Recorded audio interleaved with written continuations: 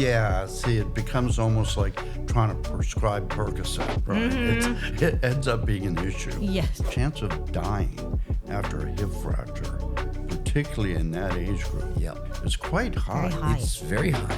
What was it again? It's like 30%, I think, Yeah. within the first year, 30 That's to, in some sad. studies, up to 50%. This is also a good advice for husbands out there. Don't put some testosterone cream and just pretend that you're slapping your wife's shoulder and say, hey, good job, honey. Okay, that's not good. You got to make sure that this gets checked out with your doctor. That's happened, by the way. I'm not surprised. I'm not surprised.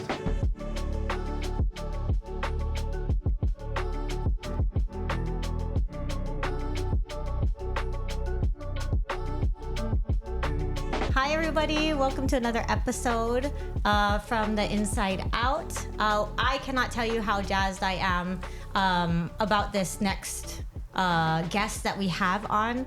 And this topic that we're going to talk about is so important and has been really at the forefront of a lot of women's minds lately. And I'm just so happy and honored that we have Dr. Bruce Kessel here with us today, and he's going to help us break down menopause and all its treatments and all the nuances of that.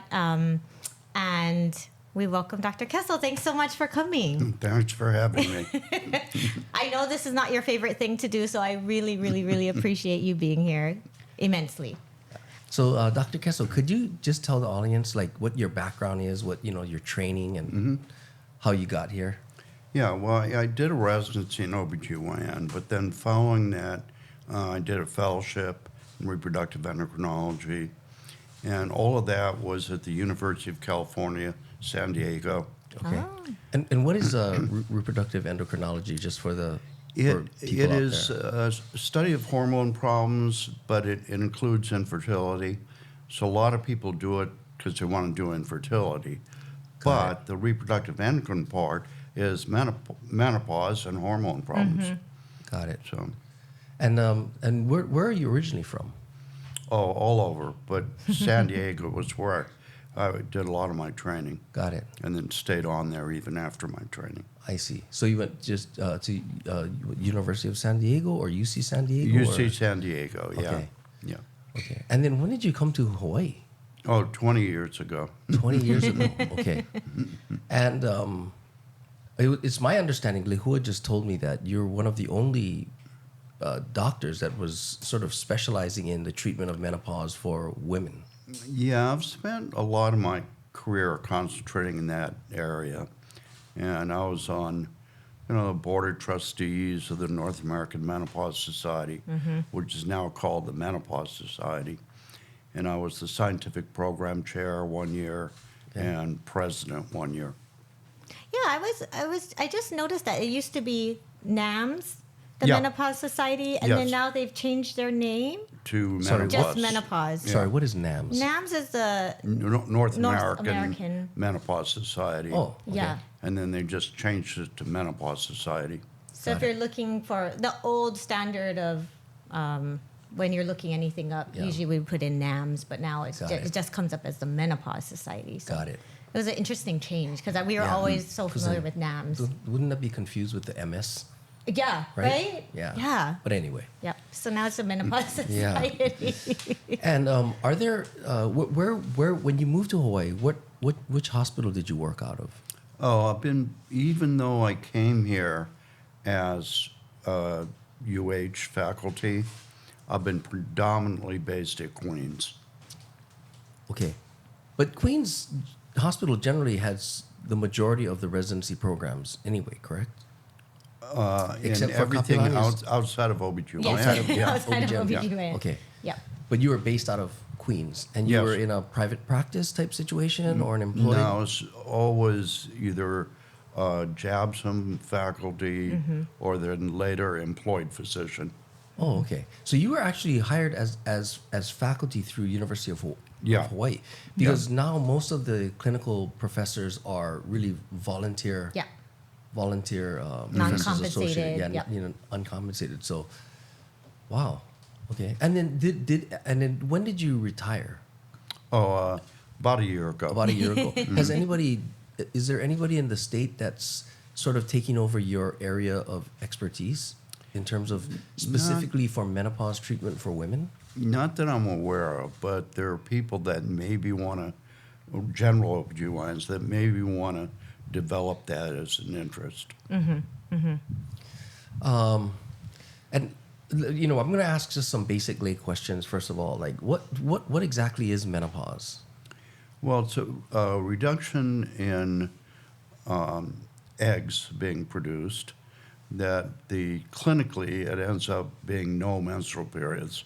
Okay. For a So year. the definition is that 12 months without a period. But that's 12 months without a period in the right age group with the right associated symptoms. So if I see someone who's 30 that goes 12 months without a period, that is not necessarily menopause. Right. That needs to be worked up. But if someone's 51, having hot flashes, night sweats, and goes a year without a period, well, that It's doesn't probably- need a big workup. This menopause. Yeah. And if they are 35 or below 40, usually Yep. we look for things like premature ovarian insufficiency, which we'll talk about in a little bit, and then premature menopause. So that can happen. But what is the before that average? age. What is the, I guess, what's the correct age range for a Fif- woman to expect? When she would be 52. 50. 51, 52. Oh, really? Yeah. But 52.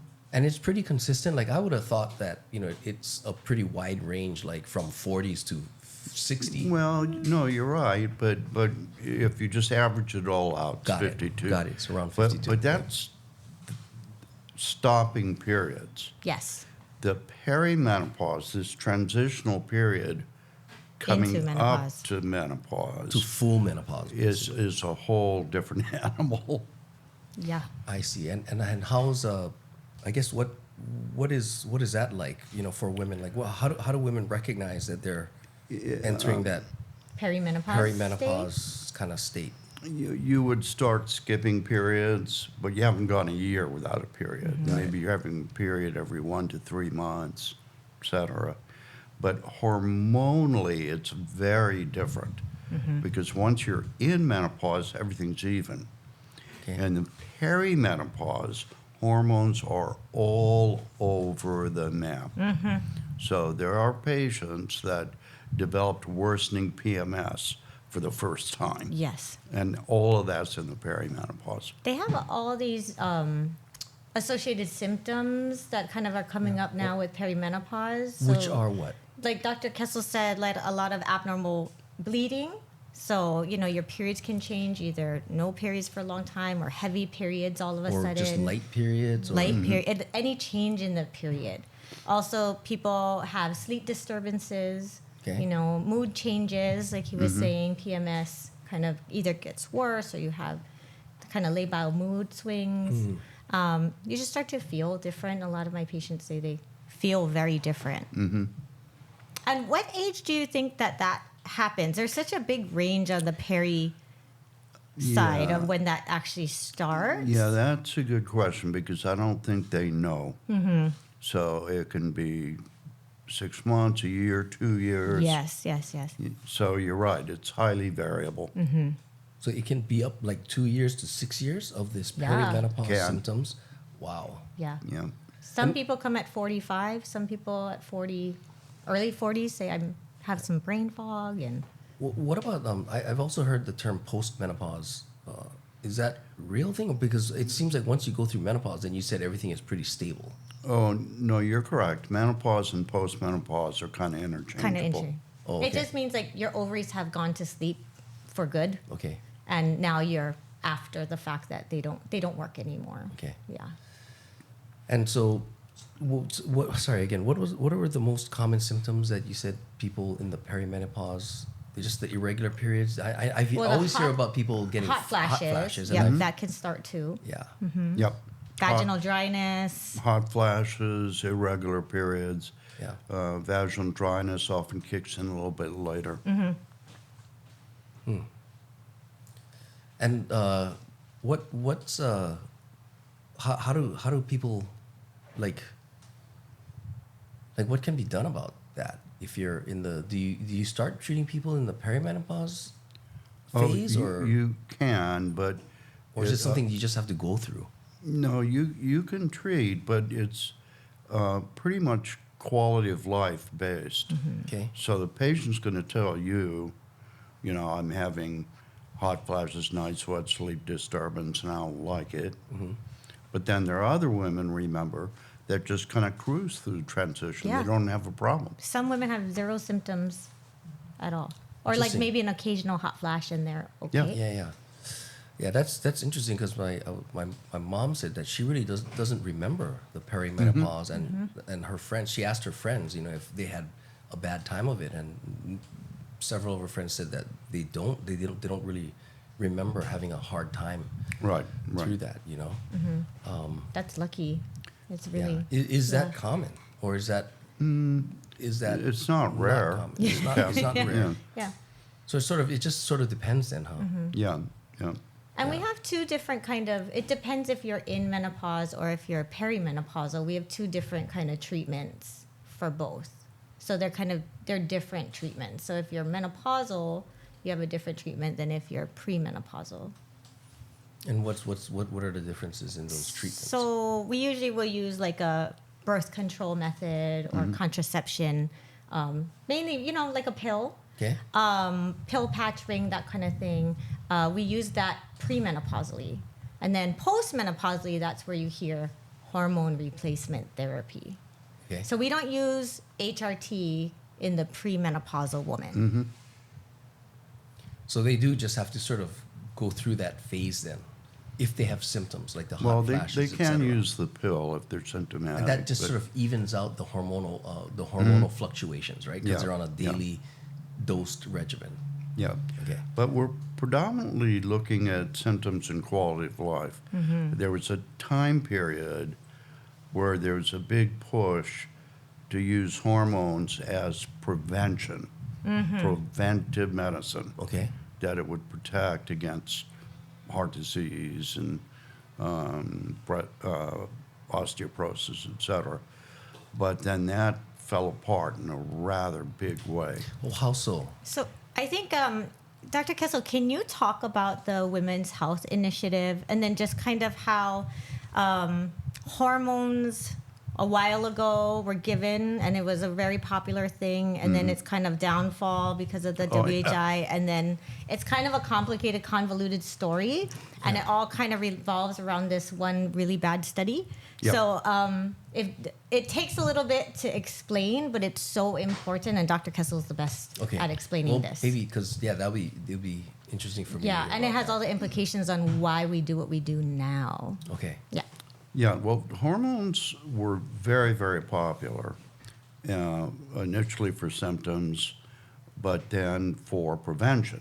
And they thought this would protect against hip fractures, which it does, but it would also be good for your heart. And that was a big driver, to be good for your heart. But see, despite its use, that study had never been done. Okay. And What do They you were mean? using all these You- hormones for preventative things. Yeah. But we really didn't have evidence There- for it. nobody had done that study. Okay. Okay. So that was the onset of the Women's Health Initiative. Okay. That was the first attempt to do a big study specifically to look at prevention. So they weren't even looking at symptoms. Okay. They were looking at, on the good side, did this prevent heart attacks? And on the bad side, did it increase breast cancer? Got it. So that was the starting point of the Women's Health Initiative, like close to $700 million study. It was a big effort Okay. on the part of the United States. And then when it was prematurely terminated, that landed like a bombshell. Why was it prematurely terminated? They had Bad statistics. they had a press release saying that the risks outweigh the benefits. And that was a press release by the NIH, a press conference. Okay. And then by the next morning, it was the cover of the Boston Globe, the New York Times. It was just everywhere. And it ran Okay. from 1998 and then prematurely cut off in 2002. Yeah. Yep. So it stopped early. Okay. And so, what were the findings or the premature findings that led to them stopping this study? Because there obviously must have been that people were having adverse effects, or they thought they were having adverse effects. The actual trigger that stopped the study, because it was prearranged to be a trigger, was breast cancer rates. Okay. But then when papers were coming out, well, there are a couple of problems, including with the media, is not only was there increased breast cancer, but there was increased heart disease, whereas the initial hypothesis is it would prevent Decrease. heart disease Got it. at an increase. But then the other big problem, which is also media, but partly the people who wrote the paper, Yeah. is everything was presented in hazard ratios. So this doesn't work in the office. You're not going to start with a 30-minute hazard, discussion of what a hazard ratio is. Yes. And so when you're sitting with a patient. Yeah, Instead because of like I absolute think risk, right? I would say that even for physicians, right? I always tell people who do research that many of us, we're not statisticians. Right. We don't have a statistics background. Right. So even for me, even though I do research, I have to ask the statistician What a lot does of this times, mean? what exactly, can you just Yes. explain? And it is not easy to explain Right. or to grasp it sometimes.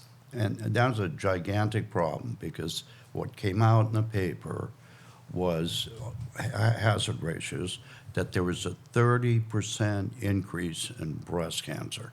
Okay? Okay. Well, if you did exactly what you're saying, and you took that 30% increase in breast cancer, which is flipping out all of Everyone. our patients, right? And you switched it over to what you're saying, absolute attributable risks. Well, then what it was is in the placebo, not taking hormones, there were 13 breast cancers per 10,000 women. Okay. And hormones was increasing that to 20 breast cancers per 10,000 women. Okay. So you were getting 6 or 7 more breast cancers, true, but that's per 10,000 women. So it's not that, Yeah, it's a small. right? So when In the so if you're in the office and someone's sitting there with dripping off, see. and you explain that 6 more breast cancers, they'll go, fine, I'll take my Yeah. chances. Right? Got it. So if we can kind of go back a little bit, what they did in the Women's Health Initiative was they took, and this is from Dr. Kessel, how he used to explain it to us. There were 2 groups of women that they looked at. So there was group 1 had like 16,000 women. Yep. And then group 2 had 10,000 women. And group 1 was those with a uterus. Okay. You still had your uterus. Okay. Group 2, you didn't have your uterus. So Okay. it surgically removed, right? Okay. And so the group with the uterus, they gave conjugated equine estrogen to, and medroxyprogesterone acetate. Yes. So it was an estrogen and a progesterone. So you needed the progesterone if you have a uterus to protect that lining of the uterus. Now in group 2, if you don't have a uterus, you don't need progesterone. So they only gave them estrogen. Okay. There's a couple of problems, as I understand how Dr. Kessel used to kind of educate us on this. Number 1 was the age of the women that they studied. This is a huge problem. First of all, the groups, you're absolutely correct, and they had different outcomes. Yes. But the problem was the population studied were women that were average age 63. So they Way past menopause, right? they were Yeah. more than 10 years past menopause and didn't have symptoms. So they're Okay. asymptomatic women. So 63-year-old with no symptoms, and that was an entry criteria, not having symptoms. Okay. But then what we're seeing in the office is a 50-year-old with symptoms all over the place. Yes. So what we saw in the office is not what was studied in the Women's Health Initiative. Got it. And then the second problem is with the types of progesterone and estrogen they used, right? So, but as far as the estrogen, and this is so, it's complicated, but they gave them conjugated equine estrogen, which is from pregnant mares, right? Pregnant horse urine. Pregnant horse urine. That's Okay. how we got our estrogen. Okay. So they gave them conjugated equine estrogen, and they gave them a medroxyprogesterone acetate. So now we don't use those types of hormones. We kind of steered away from that because they were thought to, after this study, they're thought to kind of increase inflammation and then kind of increase the risk for cardiovascular disease because they just act differently than what we use now. So Okay. now we use estradiol and we use like a micronized progesterone. So basically, the medicines have gotten better. Yeah, Yes. they now duplicate what your body would have made. Okay. So that was problem number 2 is Okay. we don't use those things now. And correct me if I'm wrong, but I mean, I would assume your breast cancer rates in the 63 plus crowd Yes. is higher. Yes, It's At going to be baseline. higher at baseline than your people who are going through the perimenopause yes, phase, which is probably, like you said, maybe late 40s, mid 40s to mid 50s, right? Right. That are having the greatest symptoms, right. right? And So you're essentially treating people in the menopause phase, the 63-year-olds, yes, without symptoms, Yes. right. with hormones, right? Yes. It's like it kind of It's like giving your mom it's like doing a hormones hormone. that she doesn't really it doesn't really need. need. Yeah, it's like doing hip replacements on people without hip pain, and then Correct. finding out that these people have more complications. Right. kind of, right? Yeah, Yeah. so I okay, that's So that's interesting. why there is all this Got it. hullabaloo with this study because it was terminated prematurely because of bad statistics and bad media coverage. And probably the wrong patient wrong population choice. patients, Yes. and then Yes. with a different type of hormone. You know, if So- you take someone in their early 50s, their benefits are higher and their risks are lower. lower. So Yes. you're right. When you're 63, your baseline risk for breast cancer is going to be higher already. Yep. Yeah, exactly. So since that study, and you said that they sort of the hormone replacement therapy seems to have gone.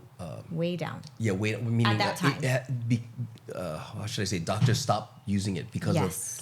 of data from that study. It dropped off a cliff Okay. and has never fully returned. Okay. So the other question is, were they actually able to show any benefits, even in those people that are the age group 63?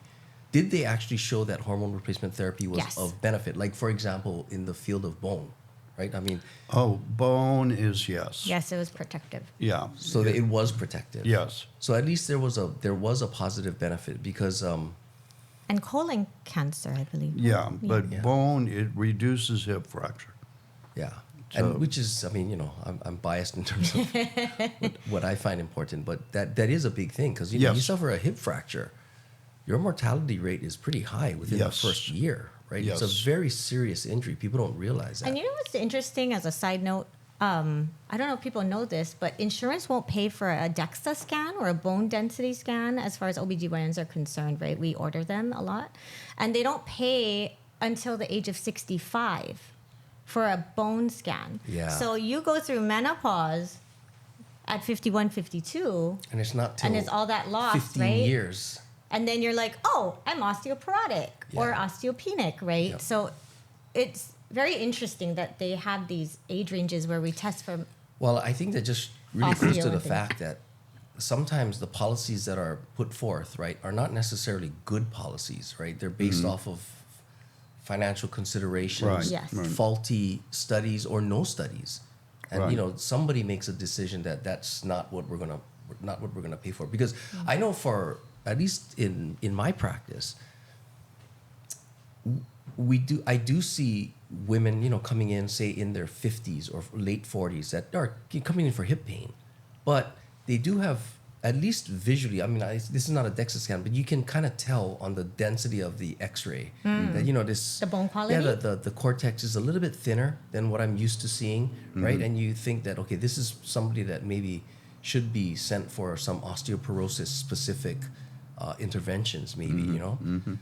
Things like that. So, but you're right. I don't think there's any good medical directive in terms of what we're doing, right? Right, exactly. But getting back to an important point you just made is the excess mortality, the chance of dying after a hip fracture, particularly in that age group, Yep. okay, is quite high. Very high. It's very high. What was it again? It's like 30%, I think, Yeah. within the first year, 30 That's to, in sad. some studies, up to 50%, right? Oh, my goodness. Because it depends on who's having the hip fracture, Right. right? Like, you know, if you're Right. a healthy guy and you crash your bike, mountain biking, your chance of survival is very high. But Yes. when you're 85 and you don't Yeah. remember where the bathroom is and you fell because you just were trying to get out of bed, Yeah. that is a Right. completely different patient. Absolutely Right. correct. And I think, anyway, I think that's, you know, when people say, wow, why is the mortality so high? It's because the patients that have hip fractures is Right. it's kind of indicative of where you are at what stage in your life, right? I tell people, if you're so weak and frail that you cannot fall, you cannot prevent yourself from falling down in your own house just from going to the bathroom, Yeah. Yeah. you know, Bad it's, news. you're getting close to the end. You know what I mean? Whether you want to Yeah. admit it or not, that's just the way it is, right? Young people don't fall. Right. Yeah. Right? Unless you're doing something dangerous like mountain biking True. or whatever, rock climbing or, you know, Yeah. or sports of some sort. But yeah, so that's interesting. But getting back to this this study. So Sorry, is it too confusing so far? no, or no, it's no. okay? Actually, that was very Okay. well. I think so. I think It's very confusing, It is that's very why. confusing, but I think the main points, the simple points for the orthopedic guys that they did study didn't seem to be an appropriate patient population. Correct. 63 plus. It seems like that's out of the range of when you want to be studying that. That is They were using correct. medications that were probably of lower, maybe, I mean, like now you said there are better human Formulations. analogs, better Yes. human formulations of estrogen and progesterone. So it's probably a better quality drugs now. So the question I have then is, have they... Well, you understand really good. That was good. Yes. You got it. Oh, good. Yeah. Thanks. My question now is, now that they know this, and there are better medications, and you can have a better targeted population, have they done follow-up studies in the correct patient population to determine whether or not hormone replacement therapy is actually beneficial or dangerous? Not to that magnitude, no. You know what the problem is? Nobody wants to give money to women's research. That's been a problem for decades.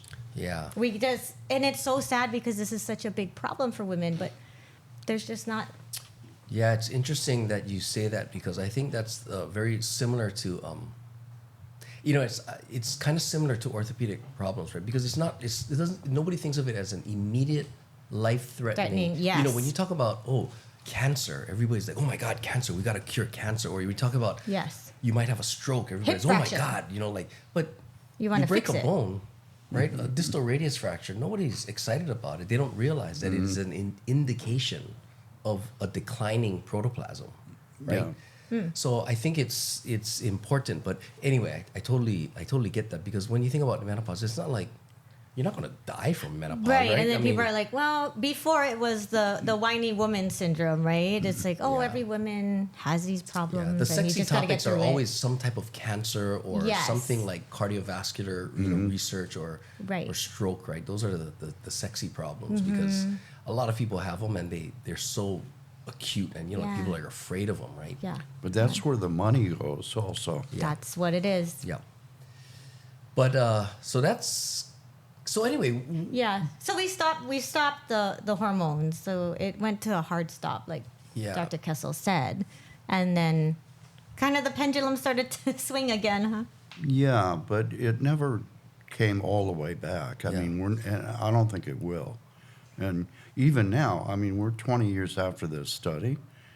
I still had patients that were bringing it up. Yes. You know, what about the 30% chance of breast cancer? And then I have to start all over, going explain back to to this is 13 cases per 10,000 Yep. Yep. versus 20 per 10,000. Yes. You know, Yeah. And the things that they have seen lately are if you are on hormone replacement therapy, it's for the person who really needs it. It's for the person whose quality of life is affected by their symptoms. And we kind of go by the lowest possible dose for the least amount of time kind of rule. But they're starting to, the newest thing is that most of the breast cancer risk is seen after year 5. So when you, between this year that you start it, hormone replacement, and 5 years, that's when they start to see the increased risks of breast cancer. But is that increased risk still pretty small? yes. Yes. And again, that increased risk is in the estrogen plus Yes, progesterone. progesterone. So Not estrogen alone. estrogen alone doesn't appear to increase Okay, risk. so They here's said a- maybe by like year 7 for Okay, estrogen so here's another alone. question then. It's kind of What is the problem with? I know we don't want to do unnecessary surgery, but what is the problem with doing a hysterectomy, and then just estrogen treatment? If you say you're a woman and you want to just prevent osteoporosis or decrease your risk of significant osteoporosis and maybe some other health associated risks, right? If you want to just use estrogen, it seems like you would have to be missing your uterus, right? That's what you guys are explaining to me, correct? just estrogen? Yeah. Yeah. Is that correct? Yeah, but see, I don't think it's ever going to become policy that you can get a hysterectomy As just treatment for menopause. for the ability to take estrogen Got it. only. Yeah. But that being said, women that were on the board of trustees of the North American Menopause Society have told me, they wouldn't say this at a microphone, but in retrospect, they're kind of happy they don't have a uterus. Right. Because they can take just estrogen. Yeah. So they're happy about it, but Yeah. they didn't have the hysterectomy for that reason. They're Yes. just happy about it in retrospect. Right. Yeah. And hormone replacement therapy, Dr. Kessel, is most effective for what symptom? Oh, any of the symptoms like hot flushes, night sweats, sleep disturbance. Yes. And then, again, osteoporosis prevention. So it's really good for the hot flashes and the quality of life and the sleep and things like that. Interesting. Yeah. Well, then later on, though there are different approaches to this, the vaginal dryness issue Yes. can be treated with a local vaginal estrogen. So you don't have to take an It's like a Oh, cream. okay. Yeah, you don't have to take suppositories. an estrogen Okay. pill circulating throughout if the main issue's just in the vagina. Yep. You can take a tablet or a cream in the vagina. Yeah. And, And you can do that even if you've had breast cancer. So some of the breast cancers. So the It's from people the who oral is from oral administration so or the, higher with oral. the people who have had a history of breast cancer, we usually will not offer the oral hormone replacement therapies or the systemic Got it. hormone replacement. We can, though, in some instances, and they haven't found an increased risk of technically fertilizing any breast cancer systemically, you can use it vaginally, and that's okay. So it's- why wouldn't you just stick with just that then?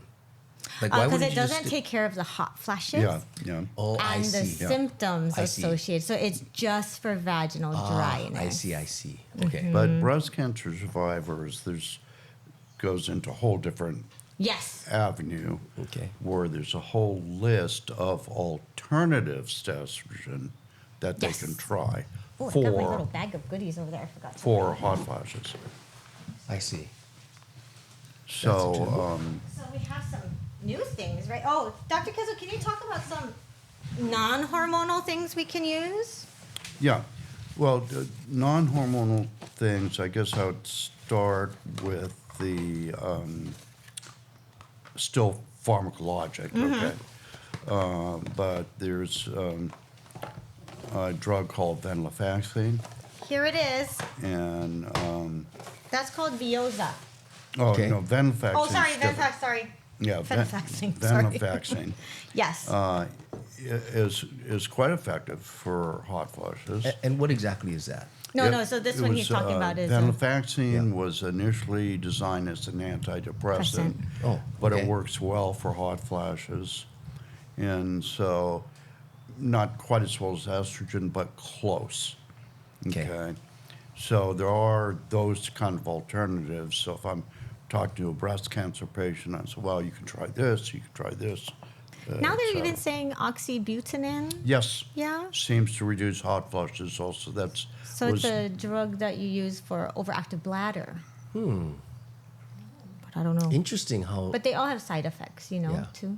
So, Sure. yeah. And then as far as vaginal non-hormonal treatments, we have like these, I don't Oh, know, yeah. but- vaginal moisturizers. So these are like postmenopausal vaginal moisturizers. But those are non-hormonal. These are That's just non-hormonal. a lubricant. Yes. Well, kind of. Replens is a little like bit Replens. more than a lubricant because it kind of adheres to the vaginal mucosa and draws in moisture from the body. Oh, okay. So it keeps the Okay. vagina moist for Got it. longer. And sorry, what was this one? Oh, this one is like Replens, but this is a new one. I don't know. They just sent us some. No, this other one, Oh, Vioza. so this one just came out. Yeah. What do you think of this, Dr. Kessel? Well, first of all, it was coming out as my practice was winding down. But secondly, it causes liver damage. Yes. So you have to get liver function tests before you start it. Got it. And then at intervals after you start it.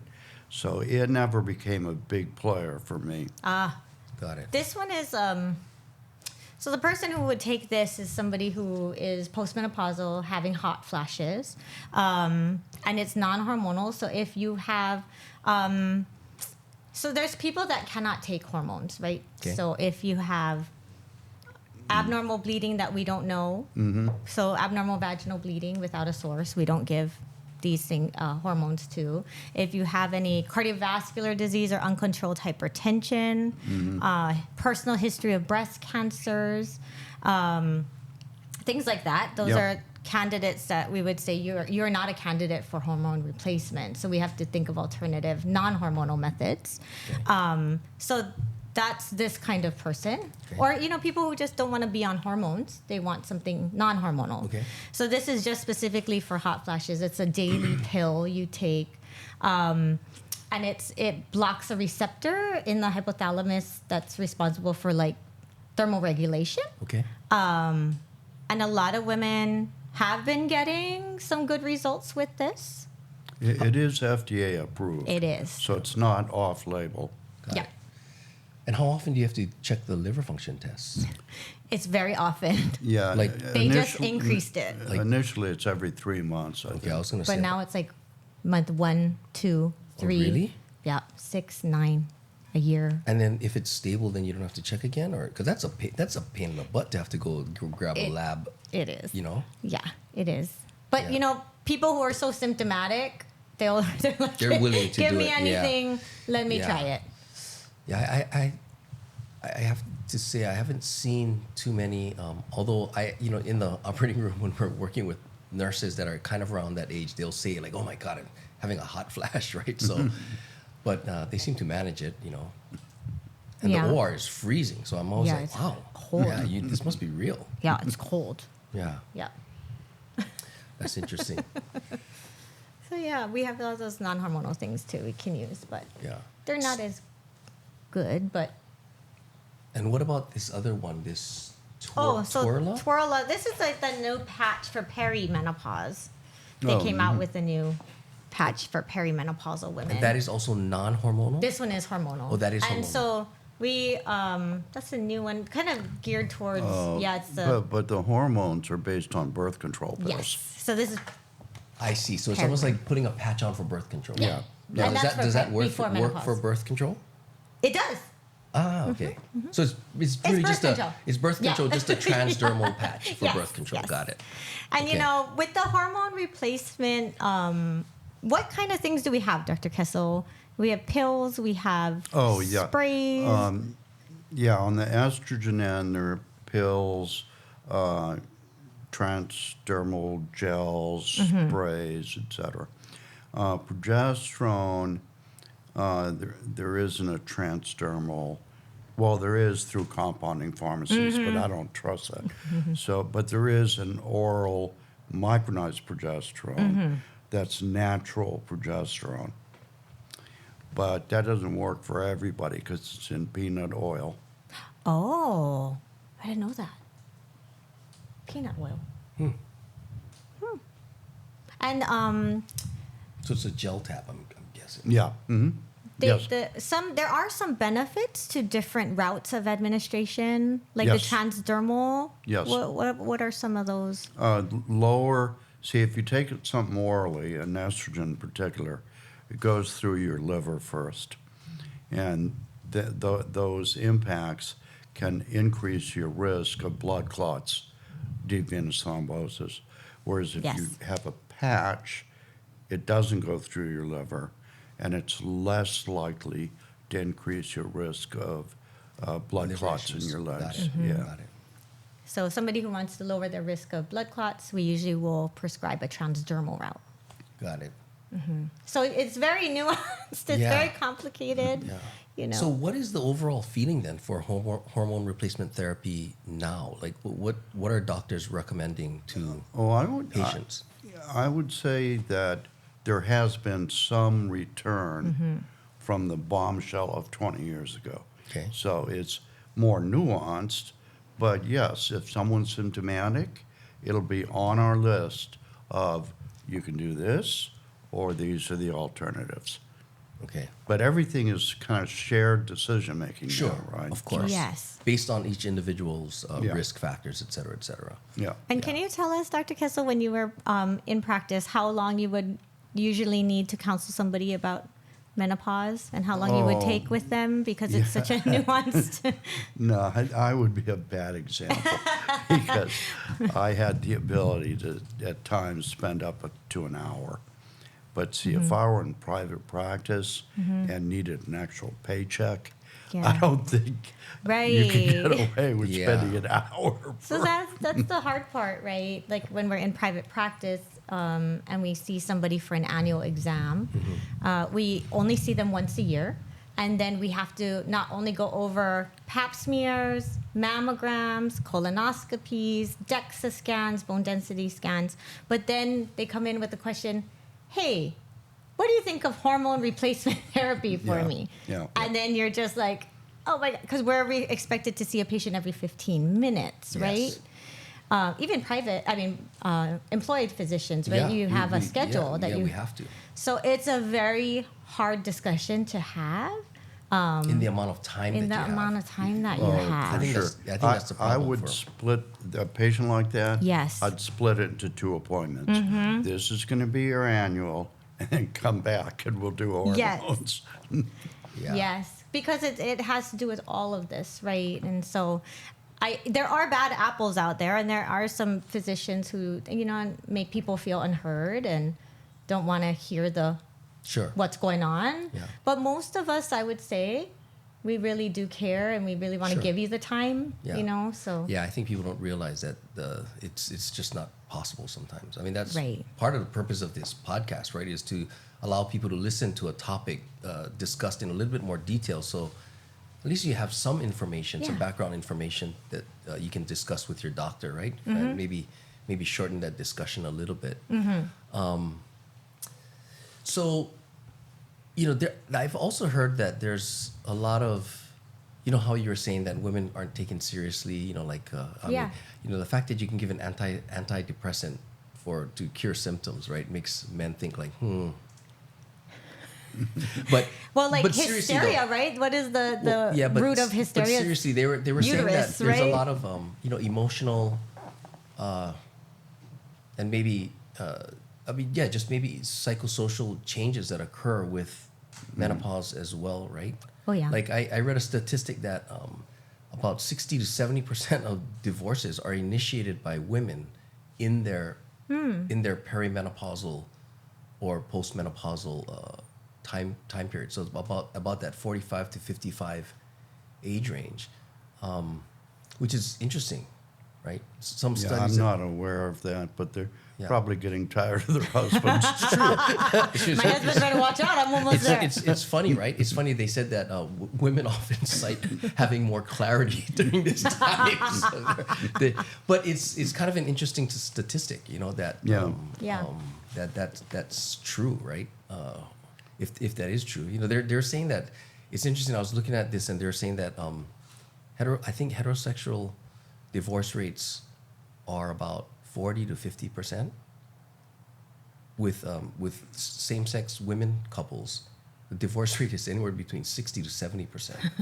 And with the lowest divorce rates are among men, like gay men. Yeah. That they stay together. Men are very simple Yeah, biologically. exactly. And Very, very simple and easygoing, right? They're very simple people. They forget Yeah. in 20 minutes, right? But what if happened. men appreciated what's going on in our bodies, I Yeah. think they would understand a little bit better because even perimenopausally, our hormones are just fluctuating. Just like it's kind of in the pregnancy period too, right? They say there's a Oh, lot yeah. of Oh yeah, everything, even just the time of the month, right? With your menstrual period, it's outrageous what women feel. Yeah. But we're expected to not say anything, keep going, right? So and be nice. yeah. Well, what know. Dr. Perry just, in the perimenopause, the hormone fluctuations are larger than in a menstrual cycle. So menstrual cycle's kind of even, Yes. and then perimenopause goes like this, and then menopause is even. Got it. Yeah. Dr. Kessel, what's your feeling on testosterone? Oh, I'm not a good person to ask because I'm very pro. Are you really? And, yeah. Oh, that shocked And- me. Pro-testosterone for women? Yes. Yes. Wow. I am too. I am too. Just to let you know. So I'm not, and that's not U.S. policy. Okay. So let me just say Got it. that up front. But in my practice, it was very successful. Now the problem is, the only FDA-approved product is for men. Ah, Okay. Okay. of course. So then, for women, testosterone still works, but you have to go through a compounding pharmacy because you can't write an FDA prescription. Okay. And this So- is for mostly hypoactive sexual desire, Yes. or is it for other things as well? Women feel better on it. But I never prescribed it for mood. It was really for exactly what you said. No sex drive, you want to try this. But you have to make sure that you've taken care of already any vaginal dryness, painful intercourse, etc. Got it. Right. So you get that taken care of. Still no sex drive, then testosterone's on my list. But it's not on the United States recommendations. I see. So this is a good point. So what we should be telling all husbands is that you should be donating money to the testosterone replacement treatment study for your wives. But I don't know. We're not going to grow a mustache or anything, are we? No. Okay. The doses used are 1/10. Well, my starting dose was 1/10 of what a man would use. This is interesting, right? Because I think most people don't realize that in men and women there is there are both estrogens and testosterone Yes. that's in the body. It's just that the relative difference, right? So I don't know. So what percentage of a woman's, let's say, hormones are actually testosterone? Is it like 1%, 2%? Do you know what I mean? Like, Well, I don't know that, but Okay. but they respond well to testosterone treatment. And even though it's not a U.S. recommendation, the Menopause Society has a Yes, and actually, ACOG recommendation. just came out with a new bulletin Yeah. recommending it, a trial of transdermal testosterone therapy should be offered. And Yeah. exactly like you said, 1/10 the dose of that for men. Yep. Yep. And even before that, the Menopause Society had a similar publication saying, yes, it's okay to do this. And do you have Do we have a lot of compounding pharmacies here, or is it hard to find? No, we have some. We have some. And even the neighbor islands, some of them have compounding. Because, it's been getting more popular to have they have these online, right, physicians, and they'll send you things, but it's out of pocket pay and things like Right, that. So right. that's been gaining popularity. Well, testosterone sometimes falls into a funky category where they consider it. It's a scheduled. Yeah, see, it becomes almost like trying to prescribe Percocet, right? It ends up being an issue. Yes. Yeah, I'm actually really surprised by that. Because I found out that it was like, I think it's like a Schedule 2, is it? Is it? Yeah, it's actually quite Oh, I didn't regulated. know. Yeah. But you would think that. I guess guys would abuse it for like bodybuilding and stuff, right? You would end up, purchasing things That like was that. the concern. But see, at doses that we're prescribing for women, they'd have to cover their whole Yeah. body. So this is also a good advice for husbands out there. Don't put some testosterone cream and just pretend that you're slapping your wife's shoulder and say, "Hey, good job, honey." Okay, that's not good. You got to make sure that this gets checked out with your doctor. That's happened, by the way. Oh, really? I'm not surprised. I'm not surprised. That's funny. You want a massage, honey? I'm just let me get some lotion here. Now, can you use testosterone in the perimenopausal woman Oh, I or think only so. menopausal woman? No, I think both. Both. Yeah. I That's better interesting. watch out for my husband. Yeah. Yeah? You can see taps. like the basketball. All of a sudden, you gotta watch out. Not touch Yeah. me. Oh, That's funny. okay. So, I guess when is a good time to stop hormones once you're on them? That's very difficult Right. again. And so, I mean, there's some women that after 2 or 3 years, they say, okay, I want to try off, and they do fine. Right. And there's some women that 5 years on try to go off, and they say, no, it's not working. So, no, that's a very challenging issue. I find it very hard. Yeah. Because once you give them that therapy back, they feel really good. Yeah. And then to try to take somebody off of that is very hard because they don't want to go back to Yeah. how they were feeling before. Yeah, well, I just say, let's just try off for a couple of weeks. And if you don't like it, we just go back on. Do you do a taper or just cold turkey? Most data is saying you could do it either way. Got it. So, but what is I'm thinking about this, and I'm thinking about it a lot like the bisphosphonates for osteoporosis. That, you can be on it for a certain time, but you should take Holiday? a drug holiday, right, to allow your bones to sort of get back into a regular cycle. What would be the problem with prolonged? Like you said, because women feel better, right? This is kind of like the issue with men and testosterone replacement, right? I mean, for many of us that are at that age, your testosterone is lower than what it was before. Even though it's maybe low normal, you still don't feel like you did before. And then the question is, well, what am I really willing to risk, right? That's what it is. Do I It's have a the small risk. risk of prostate cancer, but I'm not trying to live till I'm 95 anyway, right? It just depends on your point of Yeah. view, right? So, Yeah.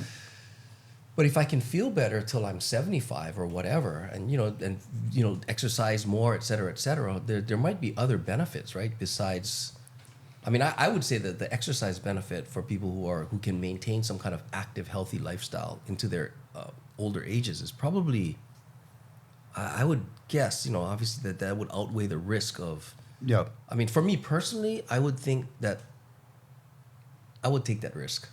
This is just for me personally, right? I would say I think it would depends too on like your symptoms, right? And Yeah, but like even with testosterone replacement for guys, right? They're saying that it helps with sleep quality and things like that. I mean, that's debated, I think, but I think a lot of guys, at least I know for me, right? It's sleep is trying to get a whole night's sleep, not because you're getting up, just because you wake up, and you start thinking about work and all of these kinds of things, and it's hard to go back to sleep. But when you're younger, you can sleep through earthquakes and Yeah. right. Yeah, I think for women, testosterone, even though we prescribe it for low libido, there's some evidence for exactly those same things, that their mood seems to be better, their sleep is better, et cetera. So, but because there's not an FDA-approved drug, you have to be careful with Got it. dosing. And it's one of the few things that I would occasionally actually check a blood test and see what Yep. their testosterone's doing. Got it. Yeah. Yep. I've always had this. I've always wanted to do this study, like with joint replacements.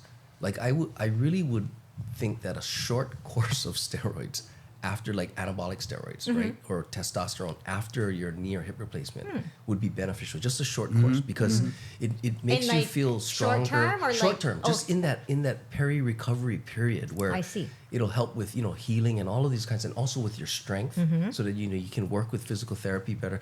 But obviously that'd be very hard to do, right? To do Yeah. a study like that. But you guys mentioned this compounding pharmacy, and I think can you explain that to people who are watching this, because even I don't really fully understand the difference What is- between, like, say, a regular pharmacy and then this so-called compounding pharmacy. What is? Can you explain that? Well, compounding pharmacies, where they have a pharmacist and they will make something for you, have a significant role, for example, in a PEDS population, where they can't swallow a pill, but they want the exact same thing Okay. in a syrup, Okay. something like that. Okay.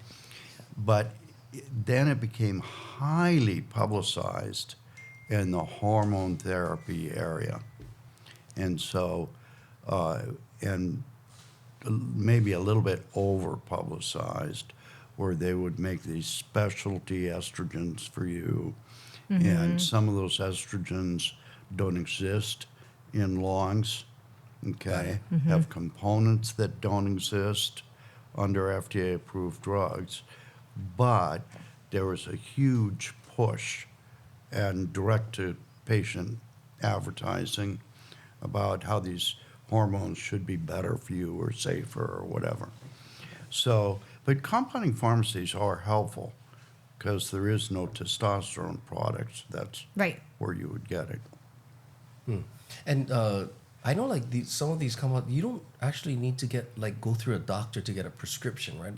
Like you were saying, like, people can order it online. Well, you have to see an online physician, I believe, or an advanced practitioner of some Okay. sort. I don't know. A lot of my patients do go on it. The problem with that, though, is sometimes they're not fully informed on the risk. Sure. So they go on this dose and then start bleeding vaginally, right? That's Yeah, our number one thing we always see. And like, oh, I'm bleeding. There's something wrong, So sometimes they can see an online doctor, but I don't know if they're fully informed on Yeah. everything, Yeah. Oh, It's hard. I agree with you. I think it's still better to see your doctor and get a prescription. Yeah, 100%. Yeah, because I would imagine these online, they're just trying to check a box to say that they talk to you. I think Right? so. Some people do feel though that they give the time to listen to you, whereas they don't feel maybe a doctor has that time. Got it. Their doctor. Yeah. But yeah, I'm not sure about that because I've had multiple women come in who have seen these online doctors and they're on some very high dose of something or a very strange dose of something, or like they want me to prescribe something for them that's covered by insurance, but the way they compound it is not covered by insurance. So it's hard for us to kind of mitigate that because, they want 3 sprays here and 5 clicks of something here, and Right, insurance doesn't always cover those things. So that they end up paying a lot out of pocket for these online Interesting. appointments. Yeah. But they usually will come in and say, "Oh my gosh, I'm bleeding. Yeah. What do I do?" And I say, "Where'd you get all this stuff?" That's very common. Do you guys find that with women who, once they go through menopause, that there's like a decrease in their desire to do just activities like, say, exercise or things like that, like men complain about, like men will say, like, when their Oh, you guys complain testosterone, about? Yeah, like you just lose. You don't. Like whereas you might have wanted to go hiking, but now you're like, nah, I'll just stay home. You know what I mean? Yeah, you yeah. lose that kind of The drive. Yeah, or the drive to go to the gym, right? Yeah. A lot of guys complain about that. They're like guys who used to lift a lot, and they're like, I want to go, but I woke up. Nowadays I wake up and it's like I gotta force myself to go to the gym, right? Yeah. And they're just not into it, right? Yeah. Do you find that that's probably true with women as well? I don't know. Maybe it's just Maybe. aging. No, I think aging has a Right? lot to do with it, right? Yeah. Because as you get older, you just Guaranteed, though, hormones play a role in everything. Yeah. You know, so it has to somehow. But Yeah. that, in addition to your body just Yeah, just not Aging. wanting to go to the gym You're anymore. right. Yeah. Yeah. been there, done that, you know? Yeah. Yeah. Well, speaking of like diet and exercise, this is also something that we know very little about, I think. I mean, even with arthritis, right? People always ask me, how can I prevent arthritis? And I'm like, well, as far as I know, you can't. I mean, I can't tell you eating more asparagus is going to reduce your risk of having knee arthritis. You know what I mean? But are there anything, or is there anything in regarding perimenopause, menopause care that can help women, maybe decrease some of these symptoms or feel better? Yes, I mean, Does alcohol make it worse? Does things like exercise. that? Well, you can't do a randomized trial, but Sure. exercise seems to help. And then the other thing that does help are mind-body techniques. Yes. Relaxation response. Okay. Some types of yoga help with symptoms. Yeah. Yoga with like a breathing component. But relaxation response has been checked several times and it helps with symptoms. That's But I also interesting. tell my patients there's, we can't fix it all. Yeah. There's not a magic pill that I can give you that Yeah. you're going to feel the same as before. Yeah. So we'll try to help as much as we can, but maybe not everything. Yeah. Will I think that's improve. a very important discussion, right? Yeah.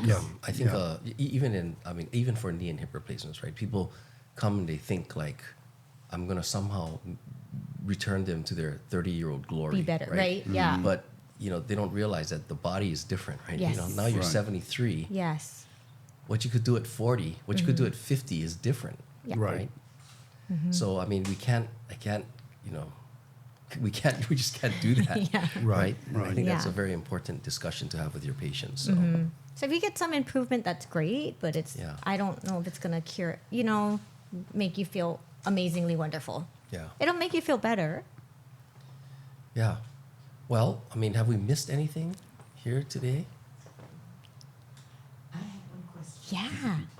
My concern is that at this stage in life, I'll be 80 this year, at the end of this year. Oh, so young. And bone health is my concern.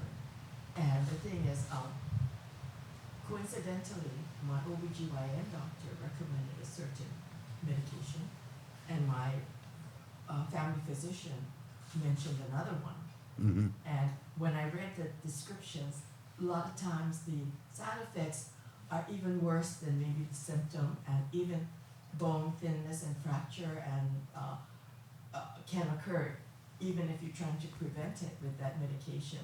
So I'm at a stage now, I really don't know what to do. Can a person, like for me, hormone replacement is, like you were talking about, for me, because I have breast cancer, and I'm in a remission stage now, but hormones is not so much of an option for me. But the thing is, are there different types of hormone replacement? And like you said, it is important hormonal to protect the bone health. But are there different kinds of medication that would be better for me? And who do I see and who makes that decision? Yeah. I don't know if Good. that's a good question. No, it is a good question. So yeah, hormones would not be recommended, but the good news is over the past 10 years more, the options for osteoporosis keep getting bigger Yes. and bigger and bigger. And the other thing is osteoporosis doesn't belong to one field, okay? There are a bunch of different people that have interest in osteoporosis. So it's Yes. OBGYNs, it's Orthopedics. orthopedics. So it's not unusual that they may recommend two different drugs. But the good news is there is a drug for osteoporosis, Yes. just because there's so many of them now. Okay, so I would have to talk with the doctor, whichever one I Yeah. choose to, and then Yeah. And tell also, them about this I don't know one. if we mentioned it, but we usually, after 10 years out from menopause, we usually don't prescribe a hormone replacement. Right. So it's from the time that you're in menopause to 10 years out, that's the optimal time to start somebody on hormone replacement. So usually after 10 years you've been out of menopause, we usually will not put you on. So even if I take nothing from a woman my age, is that okay? I No, think- you want a bone consult because Yeah. there are many non-hormonal bone treatments. Yeah. Yeah. So that'll be something that we will discuss on another podcast because there's a doctor at Straub, Xian Lim, who's a rheumatologist, Yeah. who has a special interest in Bone. in Density. bone health. Yes. And so there are Yes. medications, but Do we put people on hormone replacement as a preventative for osteoporosis? That's what I get a question a lot. Well, you could argue that there's data. Okay, so even the Women's Health Initiative showed a reduction in fractures. But today's day and age, I wouldn't use hormones for Yeah. prevention, and because there's just so many options. got Right. it. So Got it. Get that question There, a there, lot. there are so many other non-hormonal options Yeah. for, Yes. for Yeah. osteoporosis care or Yeah. osteoporosis prevention or whatever. Yeah. But like I said too, we don't know right until 65 unless you have some risk factors where Yeah. we'd get a bone density sooner. But Yeah. theoretically speaking, you already know at menopause you lose all this estrogen, and so you're probably, osteopenic already in your 50s. Yeah. You want to hear something really interesting? So every year I go to Japan and I speak with other orthopedic surgeons in my specialty field, like like hip replacement and knee replacements. And we were just having a casual discussion, and I said that in my practice nowadays, maybe because I don't know, maybe treatment options, I don't know, lifestyle changes, whatever. But I don't see a lot of women with really thin cortices anymore. So even if they have a sorry, hip, what's a cortice? so the thickness of the bone wall, right? So let's say The outside. The outside. So Okay. let's say I see a woman for a hip fracture, right? I will use an uncemented implant, which in the past they said was a no-no for if your bones are thin. They would tell you to put cement. But because I don't see a lot of women with super thin bones, I would say that Even Asian women. yes, even Asian women in Hawaii. So I would say that, and in my practice, about at least 30 to up to 60% of my practice is Asian women, right? Just because we're in Hawaii, which is very, very unusual for the rest of the United States. So we have an interesting population to study, but I don't see commonly really thin-walled, bony structure in the women here. But when I talk to the surgeons in Japan, they told me that more than 50% of their women come in with what they call this type C bone. Type C bone means the bony walls are really thin, meaning there's a lot of osteoporosis. Wow. But these are Japanese women, and I tell them that the Japanese women I see here in Hawaii, while obviously their bone structure is probably not as strong as the men, right? It's still pretty good. So I don't generally feel like I need to use a cemented implant, right? Yeah. What is interesting, in Japan they told me that they don't fortify their milk with vitamin D, yeah. Oh. right? And because I was thinking, just racially, genetically, the Asian women here should be very similar to the Asian women in Japan. Yeah. So I should see a very high, proportion of my patients that have a type, thin cortex, thin bony walls, right? But I really don't see that. And when I heard that in Japan, I just thought that was very, very interesting. I mean, a combination. Our women in the United States tend to be a little bit heavier. Yeah. True, right? Yep. In Hawaii, in particular, we have sunlight all year round. So maybe, despite the use of what do you call sunscreens, etc., probably the women here do over their lifetime get probably a little bit higher, regular dose of vitamin Vitamin D D. conversion, right, from being in the sun, even if it's for short periods, right? Do they But also recommend supplementation in Japan though? Like how we recommend here to our postmenopausal ladies, we automatically recommend yeah, everybody I'm not sure. I on never really talked to calcium, them vitamin about D. that, but I thought it was very, very interesting that they have such a high rate of Yeah. osteopenia. But of course, Japan is a lot less sunny, right? So it's not like Japan has year-round sun like Hawaii does. The women tend to be thinner. They probably eat a lot less red meat, Yeah. right? Yeah. And exercising in Japan is not still something very commonly done. Like I would say most Maybe younger that's why women. no weight bearing. Yes, right? I would say like most, like Hawaii women, Yeah. they like to surf. They're doing CrossFit or Yeah. walking, Pilates. hiking, I don't know. Pilates, or at least it's more common. But in Japan, it's very uncommon to hear of ladies going to the gym. Do you know what I mean? Yeah, that's true. It's just not part of their cultural thing. But I just thought it was very interesting It is interesting. that they had such a high rate. I was shocked by that. I thought we would have very similar rates. That's Yeah. interesting. Just a side tangent. That's good. Yeah. But anyway, any Yeah. other questions? Any other I think questions?